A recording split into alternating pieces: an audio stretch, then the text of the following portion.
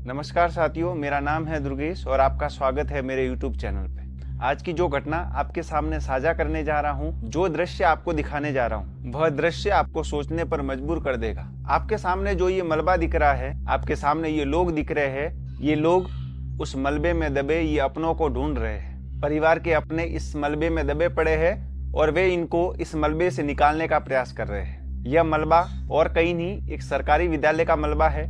राजस्थान के झालावाड़ जिले के मनोहर थाना ब्लॉक में पिपलोदी गांव के एक सरकारी स्कूल का मलबा है। यहाँ पर सरकारी स्कूल की एक छत गिरी है और छत गिरने से मीडिया रिपोर्ट्स की माने तो कहीं 7, कहीं 8 और कहीं 9 बच्चों की मौत हो चुकी और लगभग 25 से 30 बच्चे घायल हैं। यह खबर राजस्थान से निकली और इंटरनेशनल लेवल तक पहुंच गई। इंटरनेशनल लेवल के बड़े बड़े मीडिया चैनल में इस खबर को दिखाया जा रहा है। असल मायने में बात की जाए तो ये कुछ 5, 6, 7 या 8 बच्चों की मौत नहीं है, ये सरकार की लापरवाही का नतीजा है। आप में से बहुत सारे लोग सवाल करेंगे कि इसमें सरकार की क्या गलती। अगर इमारत गिरी है तो सरकार थोड़ी उसको पकड़ के खड़ी रहेगी। तो चलिए आज आपको इसी घटना का पूरी तरह से विश्लेषण करवाते हैं और आपके सामने इस बात को रखने का प्रयास करते हैं कि आखिर में गलती किसकी थी जिससे उन नन्हे मुन्ने बच्चों की जान गई। आप इस बात की कल्पना कीजिए, आप एक बार सोच कर देखिए कि क्या आपका अपना कोई इस घटना में शामिल होता तो आपको कितनी पीड़ा होती। खबरें निकलती है, खबरों में यह जानकारी सामने आती है कि ऊपर छत से कंकड़ निकलने के कारण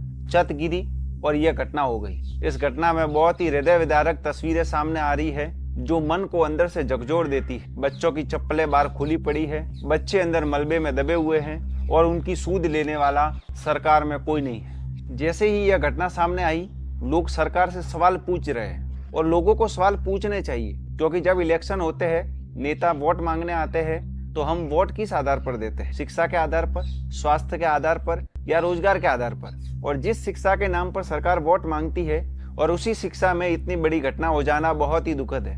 इस घटना के बाद प्रधानमंत्री जी, मुख्यमंत्री जी और राजस्थान के शिक्षा मंत्री जी ट्वीट करके सांत्वना तो दे रहे हैं कि हम पीड़ित परिवार के साथ में हैं, लेकिन मुख्यमंत्री जी ने यहाँ तक कहा है कि हम ये जो क्षति हुई है इसकी पूर्ति तो नहीं कर सकते, लेकिन हम पीड़ित परिवार के साथ में हैं। इसमें एक वीडियो निकलकर बाहर आता है, उसी सरकारी स्कूल के बाहर का वीडियो है। कुछ मीडिया रिपोर्टर्स वहां पहुंचते हैं, वहां बच्चों से पूछते हैं कि आखिर छत कैसे गिरी। तो बच्चे जवाब देते कि सर हम कमरे में थे, कंकड़ पत्थर निकल रहे थे, हमने सर को बोला कि सर कंकड़ निकल रहे हैं, तो सर ने कहा कि अंदर जाके बैठ जाओ और छत गिर गई और ये घटना हो गई। आप सोचिए कि एक शिक्षक की उस जर्जर कमरे में बच्चों को बैठाने की क्या मजबूरी रही होगी। या तो उस स्कूल भवन में सही कमरे नहीं होंगे, ऐसी सुविधाएं नहीं होगी, इसलिए उन बच्चों को उस जर्जर कमरे में बैठना पड़ा। अगर कोई व्यवस्थित बिल्डिंग होती तो शिक्षक उन बच्चों को उस जर्जर कमरे में नहीं बैठा था। लेकिन बच्चों ने जो बयान दिया, उसी बयान के आधार पर उस स्कूल में लगे 5 शिक्षक जिनको सरकार ने निलंबित कर दिया। सरकार को यह लग रहा है कि सारी गलती उन शिक्षकों की है। सरकार अप्रत्यक्ष रूप से यह साबित करना चाहती है, शिक्षक उस कमरे में होते तो शायद छत नहीं गिरती, क्योंकि शिक्षक डंडे और कैनोपी लेकर शायद खड़े होते। सरकार का यह कहना है। सरकार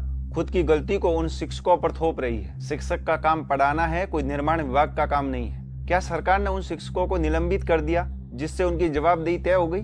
नहीं। आपने देखा होगा कि सरकारी जो नेता है उसकी इमारत कभी नहीं गिरेगी, सरकारी भवन का जो ऑफिस है वो कभी नहीं गिरेगा, सरकारी नेताओं के बड़े बड़े घर है वो कभी नहीं गिरेंगे, क्योंकि वहाँ सब अपने लोग रहते हैं। इस घटना के बाद बहुत सारे सवाल उठ रहे हैं, लेकिन जवाब किसी के पास में नहीं है। एक विद्या का मंदिर शमशान में तब्दील हो चुका और हमारा जो तंत्र है वो उच्च स्तरीय जांच की बात कर रहा है। अब आप हमारे सिस्टम को देखिए, उच्च स्तरीय जांच से पहले बुलडोजर से उस सारे मलबे को हटाया जा रहा है ताकि कोई सबूत न मिले। न रहेगा बांस न बजेगी बांसुरी, सारे सबूत नष्ट किए जा रहे हैं। लोकतंत्र की सबसे बड़ी विडंबना यही है, तंत्र के अंदर हो रही लापरवाही की जिम्मेदारी कोई नहीं लेता। उस स्कूल में हुई घटना के बाद एक चीज और सामने आ रही है। उस स्कूल की दीवार पर एक लाइन लिखी गई थी, जो उस पिपलोदी गांव के बच्चे स्कूल आते थे तब रोज पढ़ते थे। उन्हें क्या पता था कि सरकारी सिस्टम के पास में दया नहीं होती है। हाँ, दिखाने के लिए घड़ियाली आंसू जरूर होते हैं जो हर हादसे के बाद जमकर बहाए जाते हैं, क्योंकि 7 से 8 बच्चों की मौत हो चुकी है, बहुत सारे बच्चे घायल है। जिम्मेदारी के नाम पर उन शिक्षकों को निलंबित कर दिया गया है, जबकि उनका काम पढ़ाना है, बिल्डिंग बनाना नहीं। अब मैं आप लोगों से सवाल करना चाहूंगा